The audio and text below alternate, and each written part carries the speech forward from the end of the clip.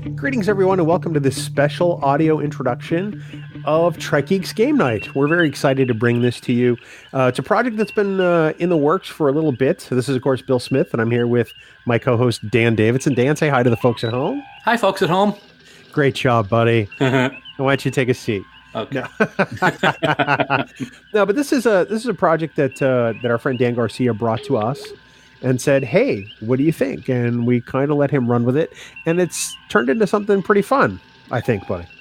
Yeah, it really has. And I got to tell you, I didn't know a lot about this whole thing that is this gaming adventure that takes place online. And looking at everything that's involved in it and the amazing job that Dan has done, it really is incredible the amount of passion that the people have for doing this. And I'm very, very excited that we have it here on the podcast network. You know, it's very much like Dungeons and Dragons, at least in the way it's played. I mean, there are dice, there's decisions, there's a game master, and our game master and crew will introduce themselves momentarily, and we hope you're going to take a little time to get to know them as they begin their journey. The crew of the USS Hathaway will be journeying to worlds unknown as they explore the galaxy, playing the Star Trek Adventures role-playing game from Modifius. With each adventure, they'll be faced with situations few have ever experienced as they boldly go. You can view all the missions of the Hathaway crew at youtube.com/trekgeeks. I can't talk. I'm going to Disney. So subscribe today. That's youtube.com/trekgeeks. Thank you. So now we turn things over to the host of Trek Geeks Game Night, your game master, Dan Garcia, as he introduces us to their mission.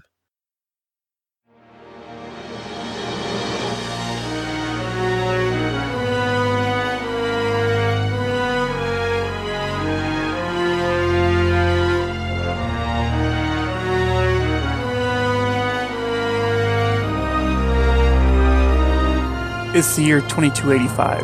Admiral Kirk is at Starfleet headquarters, Captain Spock is in command of the Enterprise, and somewhere on SETI Alpha 5, Khan is not expecting to escape the doomed planet that has now turned desolate. The adventures of the Enterprise have become legend, and several of those legendary stories have not been told as of yet. However, there are other ships in the fleet that are commissioned with the task of exploring the galaxy for answers, to discover questions that the Federation doesn't know exist, and to meet new beings and species of all design and nature. Our story will follow one of those ships designed to expand the reach of the Federation and the areas that they can explore. A new crew gathers at Luna's Copernicus shipyard to get the first real look of the newest ship in the fleet, as well as what will become home, protector, and companion for several years to come. Here in the orbital construction berth sits the soon-to-be USS Hathaway, NCC 2593, Constellation Class Exploration Cruiser. Welcome to the stories and adventures of the USS Hathaway and her commissioning crew. I am your GM, Dan. I am your guide through these stories, laying the visual and mental stages that the Hathaway's crew will work through. We are using the Star Trek Adventures core and expansion books written and published by Modifius Entertainment. Their products can be found at www.modifius.com. I have laid out rules for my players, and each character has an extensive and full background. For most of these characters, this is not their first command and will likely not be their last. My team of players look forward to sharing their characters' history, episode by episode, and develop the group dynamic together while adventuring through space. We are always interested in constructive feedback from the people following our adventures, but I ask that you understand that as a GM, I prefer to put the story first, the player interaction second, and the spirit of the adventure next. The letter of the law when it comes to rules may be something we may not get right all the time. I do not want to break the emotion or flow of the situation while flipping through one of the 5 books currently available in Star Trek Adventures. So with that said, please enjoy the stories we plan to share with all of you. Before we introduce the characters, I want to share some of what the players participated in to be selected for this production.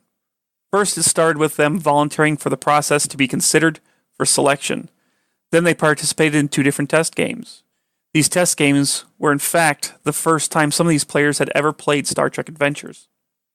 Next was an interview by me which involved Star Trek trivia, followed by an additional round of Star Trek related questions where they had to support their choice of answers, followed by the creation of their characters, and then playing in 2 different practice games.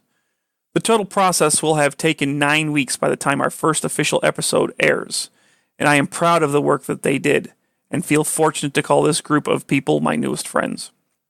Thanks for all of you for putting up with my schedule and participating in this group effort. Now let's start the introduction of the characters our players have chosen for Trek Geeks Game Night, USS Hathaway. Captain Kell, welcome. Please sit down. I'm Counselor Bob. It's nice to meet you, Counselor Bob. We in the Starfleet Counseling Services like to keep it informal. It's so our clients feel relaxed. Right on. Do you know why you're here, Captain? Well, Bob, I think it's because I was told to be here. Well, it's nothing to worry about. I'm about to administer the Starship Command Psychological Battery and Evaluation Exam. The SCB is absolutely standard procedure for first-time captains. It shouldn't take long. Then let's get started. I got a lot of things left to do before the Hathaway launches next week. You don't like counselors much, do you, Captain Kell? Nothing personal, Bob, but I've known a lot of them over the years. Okay, very well. Full name, rank, and position for the record. Relara Kell, Captain, Starfleet, Commanding Officer, USS Hathaway, NCC 2593. Place of birth? Laran Manev City, Trillius Prime. And what is your primary species? Trill. Age in Sol standard years? 33. That's so young for a starship captain. It's not James T. Kirk young. Still. However, I guess I shouldn't be surprised looking at your service record. Double major at the Academy in Xenoanthropology and Xenolinguistics. Selected for command track. Con officer of the USS Potemkin. Decorated for valor after rescuing Admiral Braithwaite and his staff from an ion storm. We're not talking about that. Everything about the Ruton 4 incident was already said in the court-martial. Promoted to lieutenant commander and transferred to ops officer of USS Albert. Because of the Ruton 4 incident. And promoted to commander and received the Federation Xenolinguistic Society Medal of Achievement for deciphering ancient tablets on Draken 4 in 2283. What? You're rated fluent in 11 languages. 12, actually. Passed my Andorian language battery test last week. They haven't updated my file yet. Impressive. Shakasor Merikan Vorshim Gas. I'll take your word for it. What do you do for fun? My father was a poet. He taught me that writing was the best escape from your troubles. I also enjoy playing with my miniature Targ, Koloth. We found him on an abandoned Klingon research station near the neutral zone, and I couldn't just leave him there. Sounds like a cute little guy. All right, the SCB only has one more question. Growing up, why did you want to become the captain of a starship? I didn't. What? My mother was a diplomat. My entire family, going back 6 generations, represented Trill abroad. That's what I wanted to do when I was a kid. Pretty much every officer I've ever met said they wanted to be in Starfleet from the very beginning. It's not really what you would call a secondary career choice. Why didn't you just join the diplomatic corps? Something happened that made that politically difficult. I received a position that was originally reserved for someone else. A lot of people thought I didn't deserve it. It was the hardest thing I ever had to deal with. But there's an old Trill saying I learned from a new friend that got me through.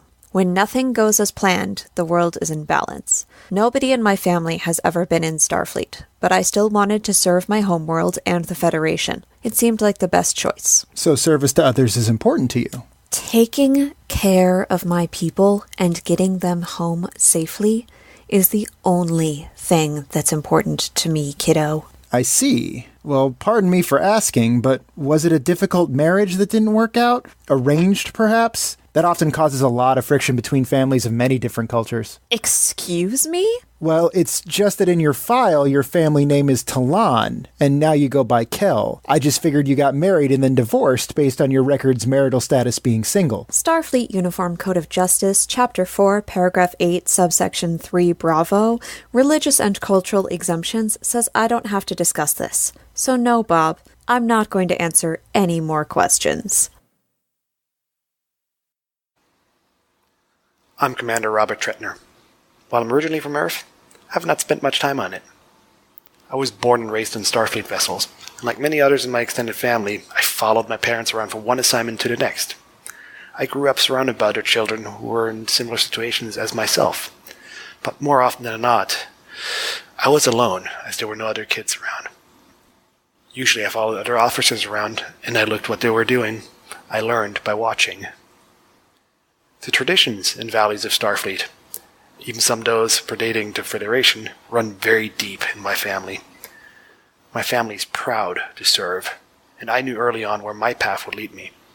I joined Starfleet Academy when I was 18 years old, where I was focused on flight training and astronavigation, the things I picked up while shadowing some of the officers on the Starfleet vessels when I grew up. My first posting as an ensign was on the USS Miranda as a junior helmsman, and eventually I was promoted to lieutenant. After that, I served on the USS Potemkin as lead project manager and test pilot of experimental fighter shuttlecraft.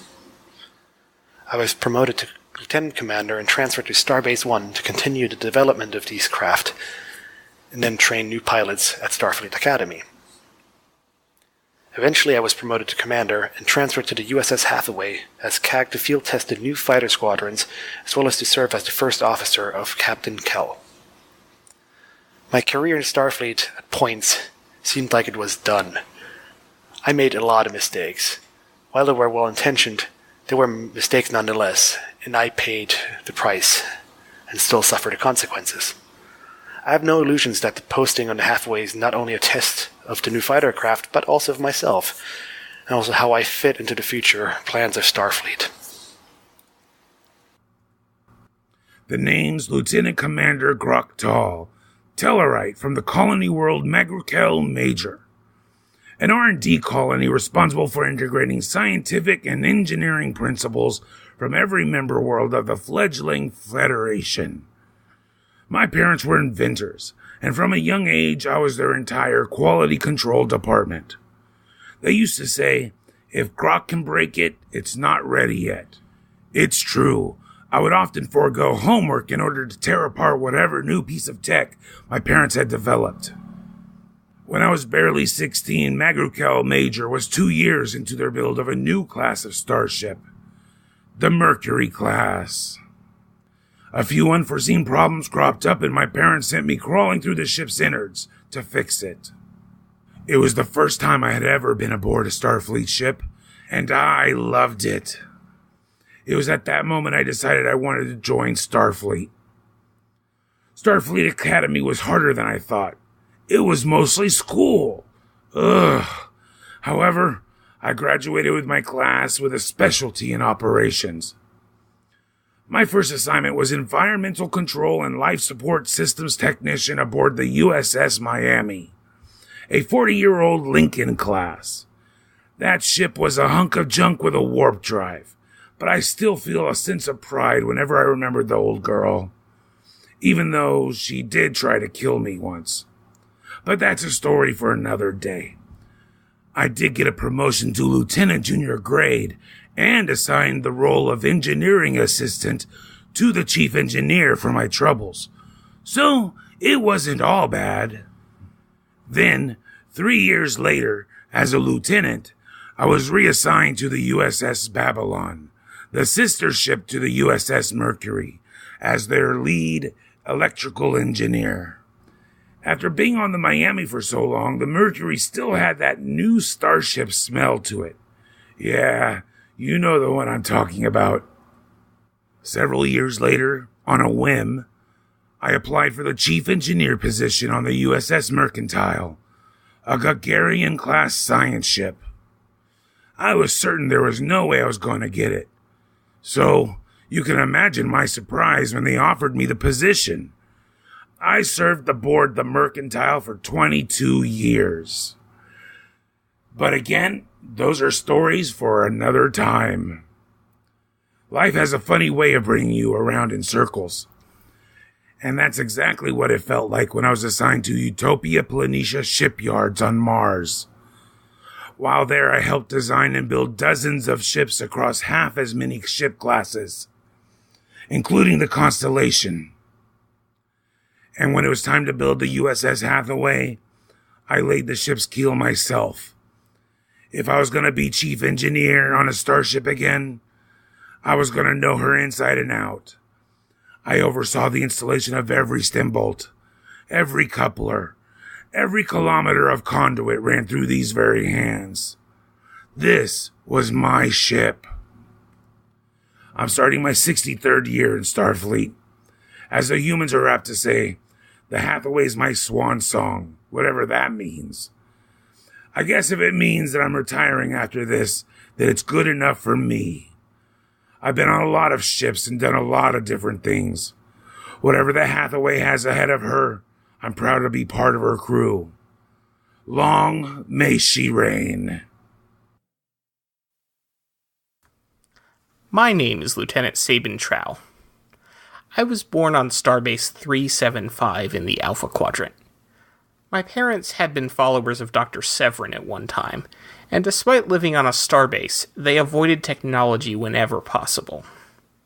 Growing up, we never had replicated food. They encouraged me to pursue the arts instead of science, but that really wasn't for me. I am very technically oriented, and I don't have a creative bone in my body. I strongly believe in better living through science and technology, and I have a special interest in all things related to computers.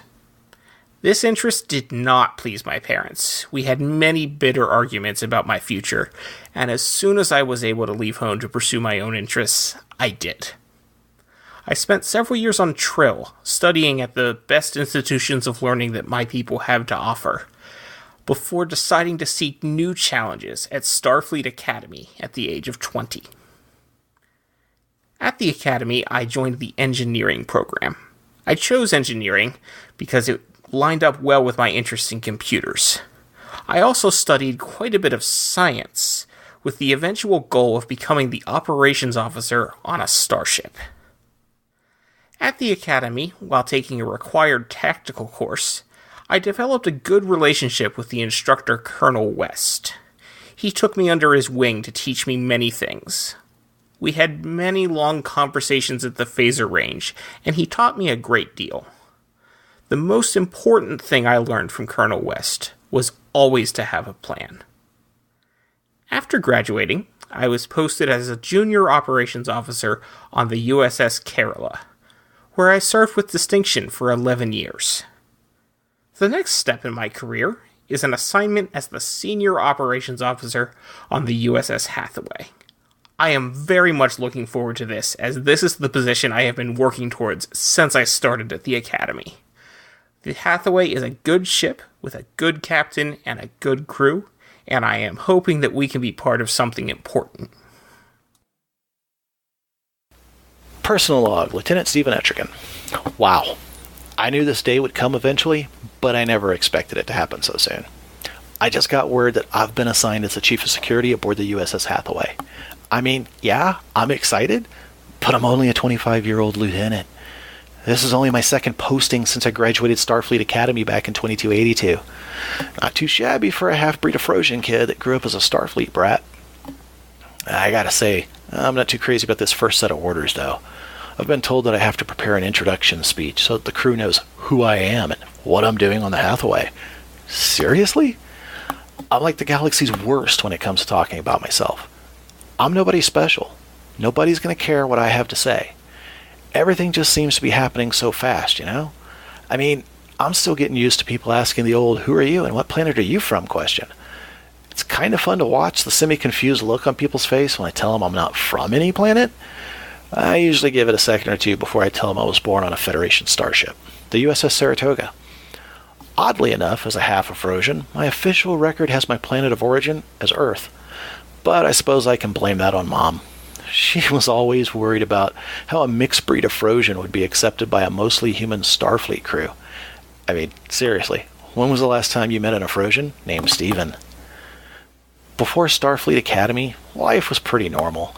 We went from the Saratoga to Starbase 5 and then on to the USS Grissom. I learned two things during those years. I learned more and more martial arts, and I learned that I loved Starfleet. I guess the martial arts thing was mostly because I hated to lose. Starfleet, though? I've always known I wanted to be in Starfleet. I studied my butt off preparing for the entrance exam, and my folks pretty much had to peel me off the ceiling when I got accepted to the Academy at the age of 19. Starfleet Academy was so much fun. Yeah, I know. But seriously, it really was fun. Yeah, it was a ton of work, and I learned a lot. The classes that were the hardest were the ones that made everything so fun. I mostly specialized in the security program, but I took a pretty heavy load of command classes too. Not because I want to be a Starship captain or anything, but because I want to lead. Call it part of my Afrosian heritage or whatever, but I've found that the best way to teach people anything is to be a good leader. When you know how to lead, you can teach people by example, and when you can teach by example, people tend to learn more. You know what was cool? Graduating Starfleet Academy as an ensign and getting posted to the security division of the Federation Diplomatic Corps. I got to be part of some pretty cool protection details. And I guess I was pretty good at my job because I made Lieutenant JG in 6 months. One thing I learned real fast though, diplomats are some of the dumbest smart people I've ever been around. It's like most of them still haven't figured out when your position is weak, you get steamrolled. But hey, every diplomat seems to think he's got the galaxy by the tail and everyone's going to play nice together. You know how I know they're full of crap? Because if they weren't, I wouldn't have a job. Don't get me wrong, diplomacy has its place, but I've seen firsthand how bad it can go when you're negotiating from a place of weakness. Diplomats have it rough. My job's pretty straightforward. Keep my head on a swivel, always stay alert, keep a smile on my face, and have a plan to kill every single person in the room. Peace through superior firepower. Now I get to provide security for a brand new captain on a brand new shiny ship. I have to turn my people into a well-oiled peacekeeping machine. But I tell you what, when things turn to crap, my people are going to be right there busting whichever head needs it the most to keep our ship safe. You can bet on that. For crying out loud, I'm still ranting on about a bunch of stuff nobody cares about. This speech thing can't be over soon enough. I swear, when I find out whose stupid idea this was, I'm going to introduce him to my best right hook. Computer, end log, delete entry. Chief Medical Officer Zad of the USS Hathaway. Wow, that's a mouthful if you ask me. Yeah, I may come across chilly or cold as some, but I got work to do, and often find that chit-chat just gets in the way. People are dying out there, and it's someone like me getting the job done that's going to save lives. This will be my first assignment on a starship, and I can't wait to get out there and continue to make a difference. See, as a child who was born on the northernmost reaches of Andoria, it wasn't easy leaving our home to places much warmer. My father was part of the interspecies medical exchange, and my mother and I followed him. See, her hunger for knowledge matched his, and stellar cartography led her outward into the universe as much as medicine led my father inward. Somewhere in the middle, they created a life together. Our time spent on Mazar taught me much and exposed me to such a rich blend of diverse cultures, all there to learn and exchange ideas. I think we would have stayed forever if my mother didn't become ill. Plasma plague spread to sections of that planet, but as soon as we were cleared to leave, Father returned the two of us home. Mother never did. You know, I think it was in those moments that my dedication to eradicating those little microscopic crapheads was born.